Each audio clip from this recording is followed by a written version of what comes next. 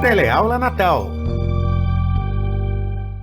Olá, tudo bem? Espero que todos vocês estejam realmente bem, porque hoje nós vamos dar continuidade às nossas aulas de Geografia, uma temática extremamente importante, instigante e atual, globalização.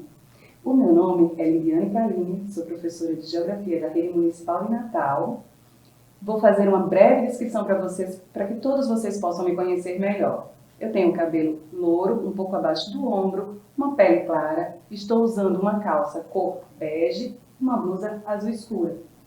Meu sinal em libras é indicador, junto com o dedo polegar, próximo ao canto direito do olho, abre formando C e fecha, fazendo referência aos meus olhos.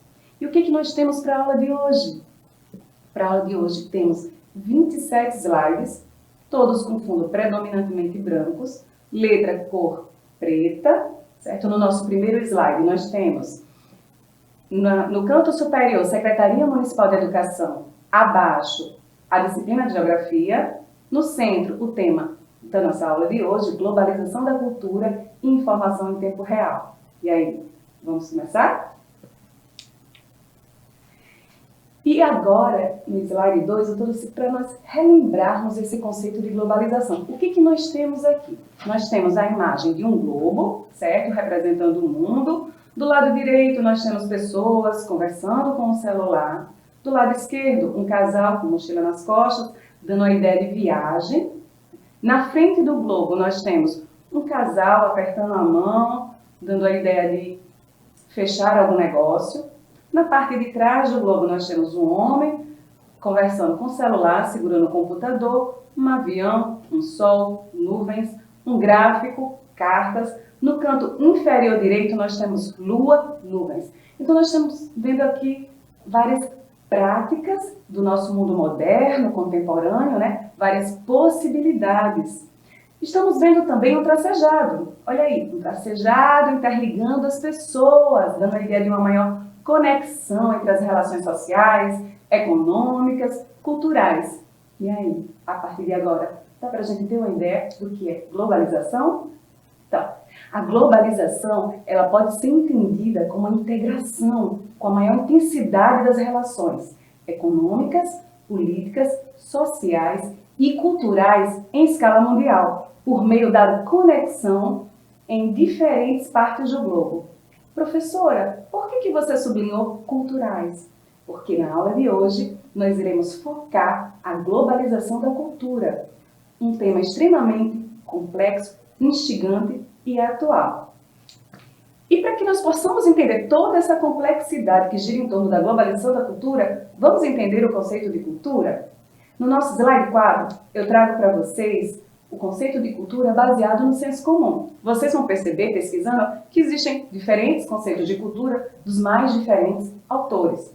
Mas, de uma maneira geral, podemos entender cultura a partir do senso comum como aquela que possui um sentido de erudição, uma instrução vasta e variada, adquirida por meio de diversos mecanismos, principalmente o estudo. Então, para o senso comum, uma pessoa culta vai ser uma pessoa que ela tem acesso à literatura, à história, né, a uma boa música. Espera aí, professora. Então, quer dizer que os índios que não tiveram acesso à leitura, a uma boa música, à história, eles não têm cultura?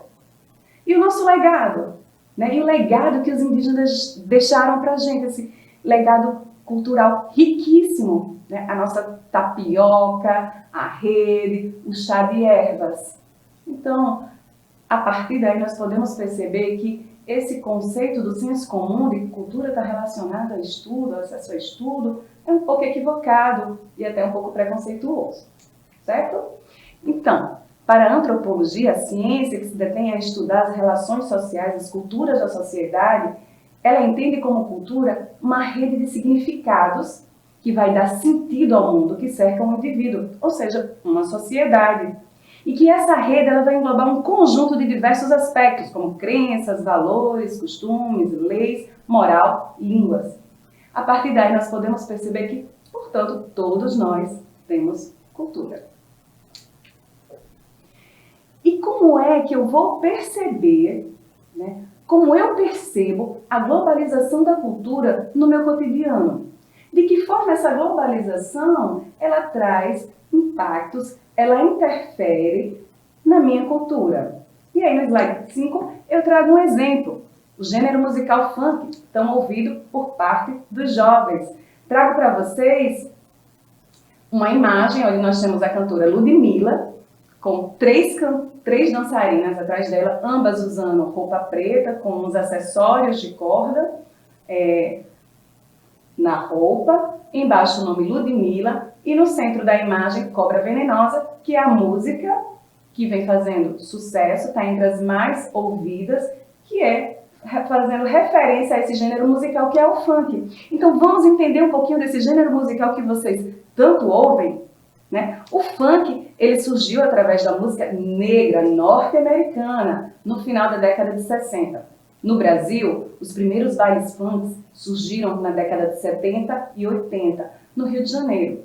Detalhe, na zona sul do Rio de Janeiro. O que isso significa? Que o funk ele veio para o Brasil, ele veio para atender a classe média, a classe nobre, né? E ele veio tocando com letras em inglês. Então a gente percebe uma influência desse gênero musical no Brasil, uma influência estadunidense, né? Ele veio tocado com letras em inglês.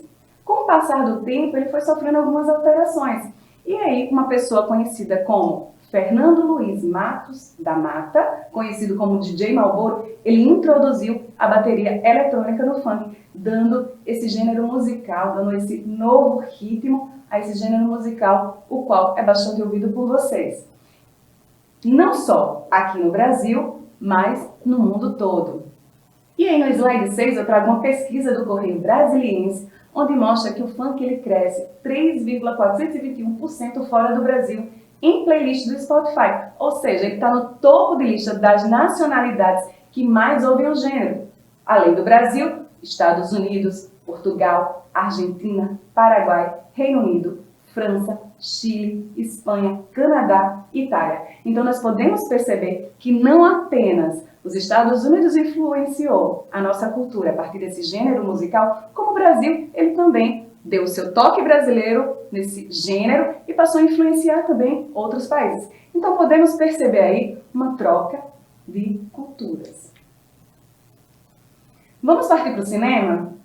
E aí no slide 7 eu trouxe a imagem de um filme, um longa-metragem dos Vingadores, né? Vocês estão vendo aí um shopping, uma fila com pessoas utilizando para assistir o filme, utilizando acessórios relacionados aos Vingadores, que são os personagens do filme, né? Escudos de Capitão América, máscaras de Capitão América, do Homem de Ferro, luvas do Hulk, né? E os filmes de Hollywood, de uma maneira geral, por exemplo, eles são produzidos para o mercado mundial, visando um público o mais amplo possível. E as produções estadunidenses, elas lideram o faturamento do mercado cinematográfico. Os Vingadores, por exemplo, eles foram recorde de bilheteria, né? Em toda a história do cinema dos últimos tempos, superando, por exemplo, o Avatar. Trouxe, ainda falando de cinema, um outro exemplo. Trouxe a imagem no slide 8 do cartaz Parasita, onde nós temos um casal, o homem conversando com a mulher sobre uma mesa e abaixo da mesa uma família, o pai, a mãe e os filhos. Por que eu trouxe o filme Parasita? Porque é um filme não de origem americana, mas sul-coreano, certo? Foi o primeiro filme em 92 anos de língua não inglesa a levar o prêmio de Oscar, certo? Também ganhou melhor direção, roteiro original e melhor filme estrangeiro. Ok. E o que eu quero com esses exemplos? Eu trouxe uma questão para que nós possamos refletir, né? A globalização, ela passa a ideia de um mundo de trocas e intercâmbios culturais, ok? Que os países se influenciam mutuamente, que essas trocas e essas influências, elas são recíprocas. Ok, nós estamos vendo que existe, de fato, uma troca de cultura entre os países. A questão é, essas trocas, elas realmente são iguais? Elas são recíprocas? né? Ou seja, da mesma forma que o Brasil, por exemplo, influencia culturalmente os Estados Unidos influenciam o Brasil na mesma proporção? Será? Não. A resposta é não. O que nós vamos perceber, né? Nós vimos aí, por exemplo, o filme sul-coreano. Existem sim outras produções cinematográficas de outros países, mas essas produções, elas não têm uma repercussão tão grande, elas não são veiculadas em grandes empresas de cinema, como por exemplo os americanos. Então, além disso, existem vários outros exemplos que nós podemos perceber no nosso cotidiano em que há uma imposição da cultura ocidental, certo? E que essas trocas que existem, elas não se dão de forma igualitária, nem muito menos homogênea, né? E sim uma imposição por parte da cultura ocidental.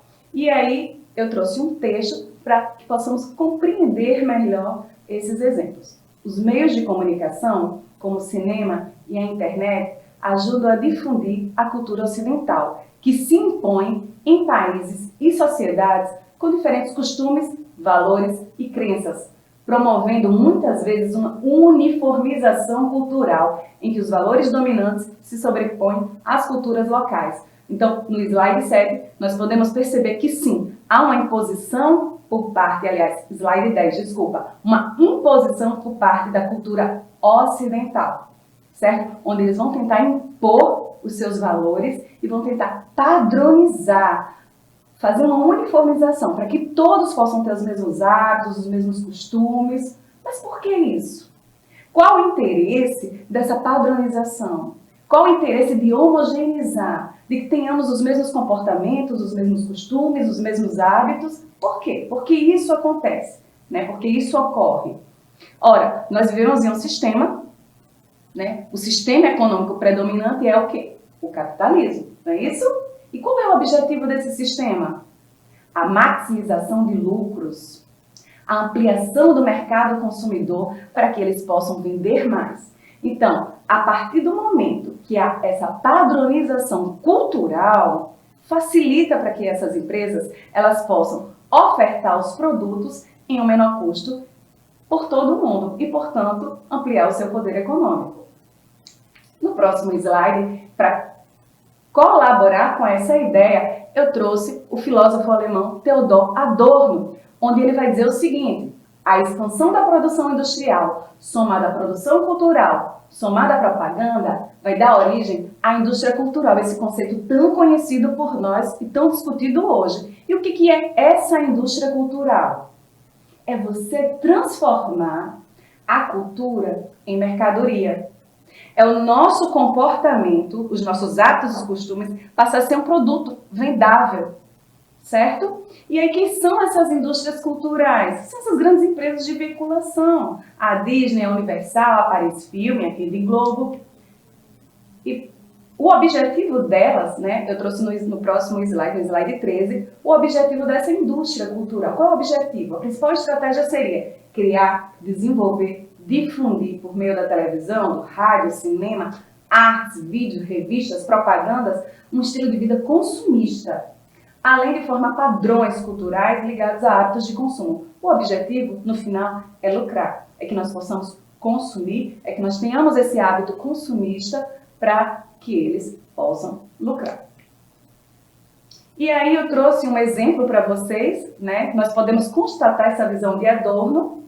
No slide 14 eu trouxe uma imagem para que nós possamos compreender, um exemplo na prática, possamos compreender melhor essa ideia de indústria cultural na visão de Adorno, né? Então, as novelas, elas incentivam abertamente esse estilo de vida consumista, né? Então, nós estamos vendo aí uma imagem, onde nós temos a imagem de um shopping, parece a propaganda de uma loja, no fundo vocês veem o nome Casas Bahia, onde esse ator vai fazer compras de celular. Então, imaginem uma propaganda dessa de venda de celulares, né, propaganda da loja, em uma novela, em um horário nobre, a qual tem milhões e milhões de espectadores. Vocês imaginem, né, quantas pessoas essa propaganda vai atingir, quantas pessoas elas vão influenciar a consumir esses produtos.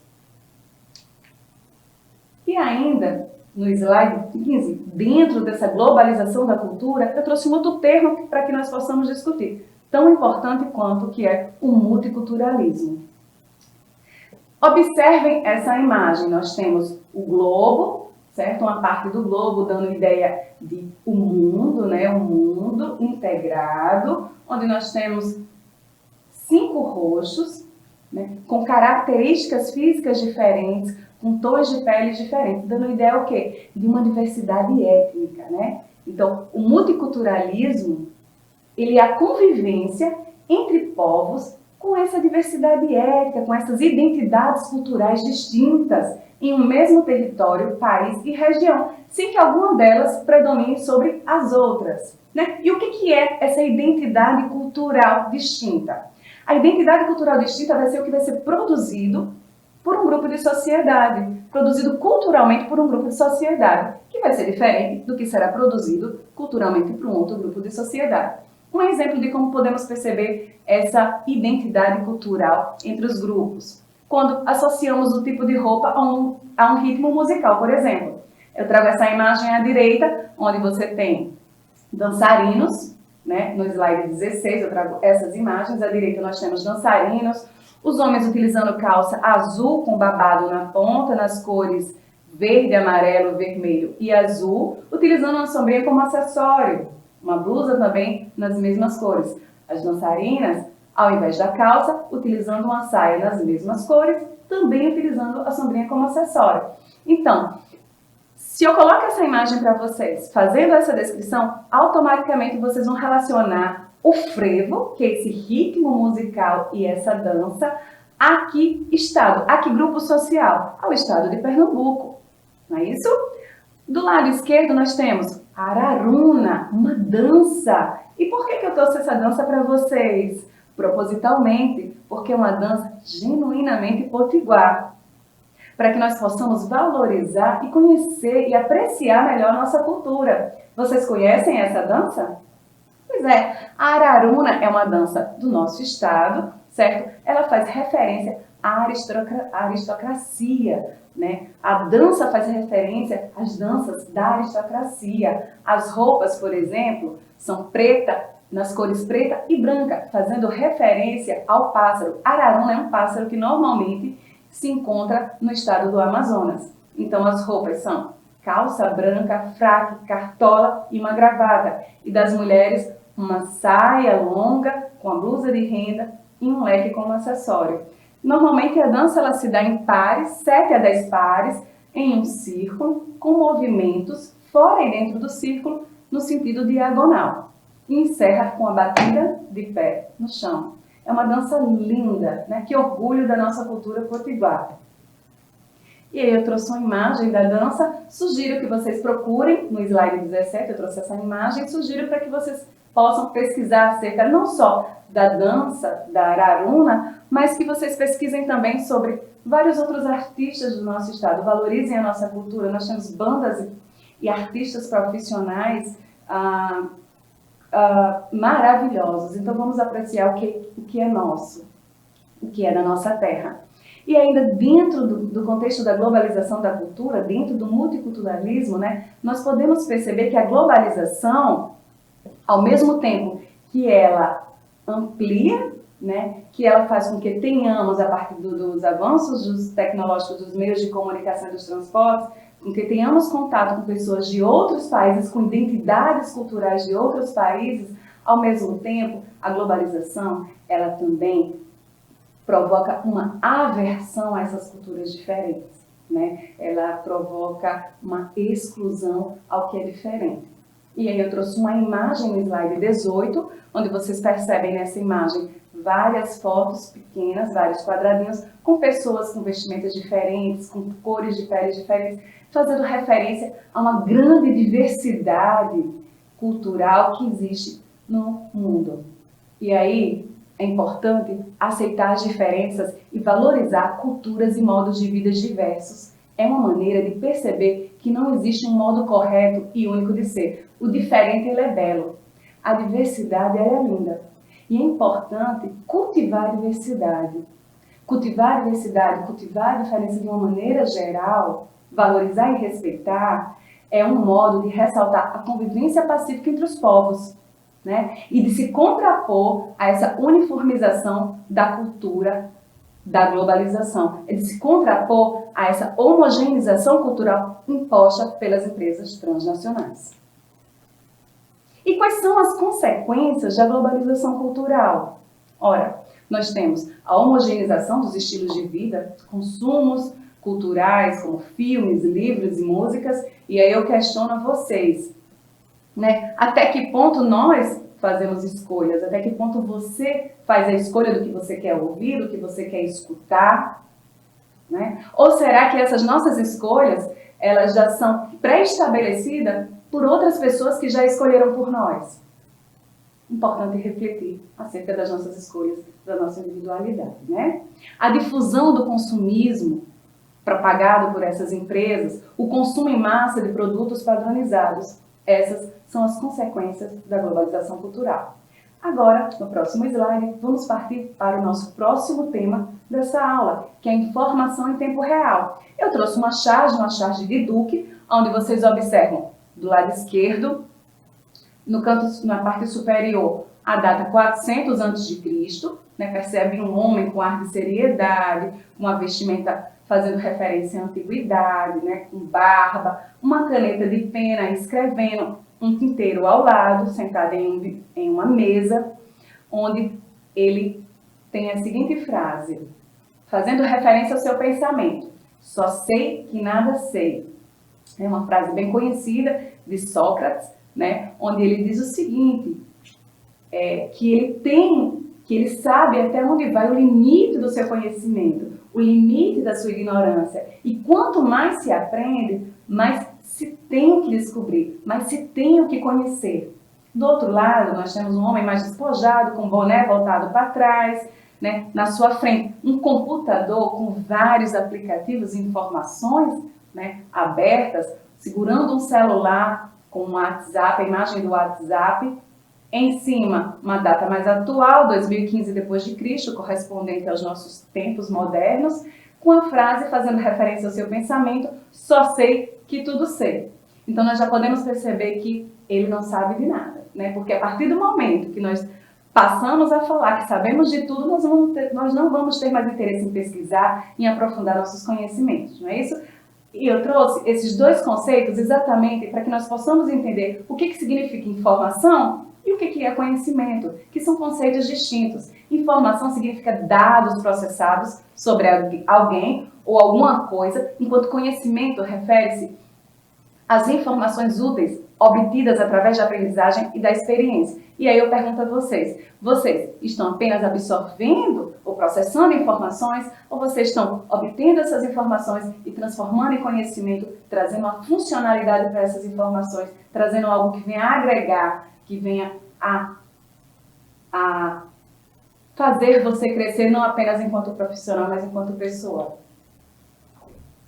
E aí eu tive a curiosidade de pesquisar o que no slide 21 trouxe um gráfico onde eu tive uma curiosidade. O que tanto as crianças e os jovens fazem na internet, né? E aí, dentre os vários percentuais, entre acessar para pesquisas relacionadas à escola, acessar sites de saúde, de política, o que prevaleceu, o maior percentual, foi que a maioria das crianças e adolescentes, eles acessam a internet para comunicação e entretenimento durante o dia, né? Várias horas do dia. E aí, nesse gráfico, nós temos a porcentagem do lado esquerdo, que varia de 68% a 82%. Nós temos barras nas cores azul, laranja, cinza e amarelo, fazendo referências a atividades às quais os jovens acessam quando estão conectados com a internet. E 80% desse acesso é voltado para mensagens instantâneas. 77% assistem vídeos online, 75% ouvem músicas e 73% navegam em redes sociais. Nós nunca tivemos tanto acesso e tantas facilidades aos meios de comunicação, né? A essas tecnologias, elas facilitam muitas informações. No entanto, é importante percebermos as várias possibilidades que elas nos dão. Então, eu trouxe uma imagem no slide 22 sobre uma manifestação, certo? Um protesto, para que nós possamos perceber que essas redes sociais, além de constituir um meio de disseminar informações e opiniões, elas também vêm sendo amplamente usadas para organizar manifestações e protestos. Vocês já pararam para pesquisar as manifestações e os protestos que tiveram aqui no nosso estado, pelo menos os mais recentes? Façam isso. Né? E aí eu trouxe o caso de George Floyd, um homem negro assassinado nos Estados Unidos por um policial branco. Durante a cena, várias pessoas filmaram pelos celulares dos telespectadores e essa filmagem, esses vídeos, eles foram divulgados e se espalharam nas redes sociais pelo mundo todo. O assassinato gerou uma onda de revolta social e protestos antirracistas e contra a violência policial em todo o mundo. Esse protesto e essa manifestação, né, ela lançou luz a questões relacionadas ao preconceito e à desigualdade racial. Infelizmente, ainda nos dias de hoje, nós podemos perceber que existe dados que mostram ainda uma disparidade muito grande na desigualdade racial entre negros e brancos no que diz respeito ao acesso à educação, à saúde, à moradia, à informação, lamentavelmente. E aí, ainda dentro desse contexto de desigualdade, né, a desigualdade no acesso à informação é uma outra característica do processo de globalização. Então, eu trouxe aqui no slide 23, né, uma charge onde nós podemos perceber duas pessoas mal vestidas, um segurando uma caneca com um cifrão, símbolo mundial do dinheiro, o outro homem com uma placa, aceito Wi-Fi. E no título, 63,4 milhões de brasileiros não têm acesso à internet. É um número significativo. Né? Vocês viram na aula anterior, onde foi muito bem esclarecido pela professora Mariana, falando acerca das desigualdades provocadas pela globalização, desse processo de exclusão, onde a globalização da economia, ela precisa, para ela poder vender seus produtos, para ela poder vender suas tecnologias, seus smartphones, sua internet, de toda uma rede de infraestrutura e de um mercado consumidor com amplo poder aquisitivo. Então, nós podemos perceber que no mundo, né, não só no mundo, mas no Brasil e no nosso estado, vão sempre existir essas desigualdades e elas vêm sendo ampliadas por esse processo de globalização. Nessa imagem, a gente não vê apenas a privação no que diz respeito ao acesso de informação, mas outras privações que estão dentro desse contexto que é acentuada com a globalização. Privação à renda, privação à moradia, privação à saúde. E aí, dentro ainda desse processo de desigualdade no acesso à informação, eu trago a imagem de um professor em sala de aula com o seguinte questionamento. Será que a maioria dos nossos alunos tem acesso à internet? Né? Nós podemos perceber, e nós temos já a resposta, o qual foi bem esclarecida em aulas anteriores, que não. No nosso estado, 30% das pessoas não têm acesso à internet. E dessas 70% das que têm, né, muitos alunos que têm acesso, é um acesso comprometido, seja por uma má conexão, porque em áreas mais periféricas, em áreas mais pobres essa conexão ela não é legal, né? Muitas vezes ela cai na metade da aula, problemas relacionados ao aparelho, que muitas vezes é pré-pago, entre outras questões que nós poderíamos citar aqui. Então, nesse processo de pandemia, onde as aulas são online, essas desigualdades elas se ampliaram. E por último, não menos importante, uma temática que agora está muito em evidência, né? Principalmente por causa da política, desse período eleitoral, que são as fake news. Né? E o que são as fake news? Né? Fake news é um termo em inglês utilizado para fazer referência a falsas notícias. Né? E qual é a motivação para a criação desse fake news? As motivações são várias, né? Criam normalmente títulos chamativos para que as pessoas possam acessar, e quanto mais acesso, a finalidade é lucrar. A finalidade dessas fake news, no final das contas, é lucrar. Elas também são utilizadas com uso indevido nesse período eleitoral, né? Nós percebemos nos jornais, nas redes sociais, né? várias notícias referentes a políticos e governos que vêm pagando valores significativos para que possam divulgar notícias falsas, né, que possam promover nas pessoas um sentimento de ódio, né, e de disseminação de ódio. E lamentavelmente, esse dinheiro que é revertido para essas falsas notícias, nessa disseminação de ódio, é o dinheiro do povo, que poderia ser revertido, por exemplo, em educação. Lamentável. E como identificar essas notícias falsas? No slide 26, eu trago uma imagem chamando a atenção de vocês para esse fato, para que vocês possam prestar atenção e não sair aí colaborando e divulgando com essas notícias. Dica número 1. Prestem atenção aos títulos que chamam a atenção. Quando os títulos chamarem a atenção, leia a reportagem na íntegra, não encaminhe direto, pode ser um fake news. Né? Dica número 2, verifique a data de publicação. Às vezes a gente está encaminhando uma notícia que ela já foi publicada em datas anteriores. A partir daí, se ela não corresponde mais àquela data atual, ela passa a ser um fake news. Dica número 3, verifique a fonte da notícia. Observe a fonte, se é uma fonte confiável. Existem alguns sites que já são conhecidos como confiáveis. Verifique em outros sites a matéria publicada, como por exemplo, no IG, no UOL, no Terra. Verifique também as agências de checagem das fake news. Temos algumas muito conhecidas, como a Propag, por exemplo. Verifique o endereço do site, né? Se corresponde com o endereço de um site confiável. E para finalizar, eu trouxe aqui um cartoon, né, da Mafalda, onde diz o seguinte: use, compre, beba, coma, prove. Ei, o que eles pensam que nós somos? No outro quadrinho, a Mafalda senta, pensativa. E o que nós somos? E no último quadrinho, ela fica refletindo sentada de frente ao aparelho de TV. Os malditos sabem que nós ainda não sabemos, né? Então, o conhecimento, né, a educação, ela ainda continua sendo a nossa arma para combater essas desigualdades, né? A partir da educação, o cidadão ele se torna mais reflexivo, ele passa a ter conhecimento, ele passa a ter consciência. E um povo consciente incomoda, um povo consciente assusta, mete medo a essas empresas transnacionais e a governos mal intencionados. Ok? Espero que vocês tenham gostado da aula. Bons estudos, cuidem-se, um forte abraço e até breve.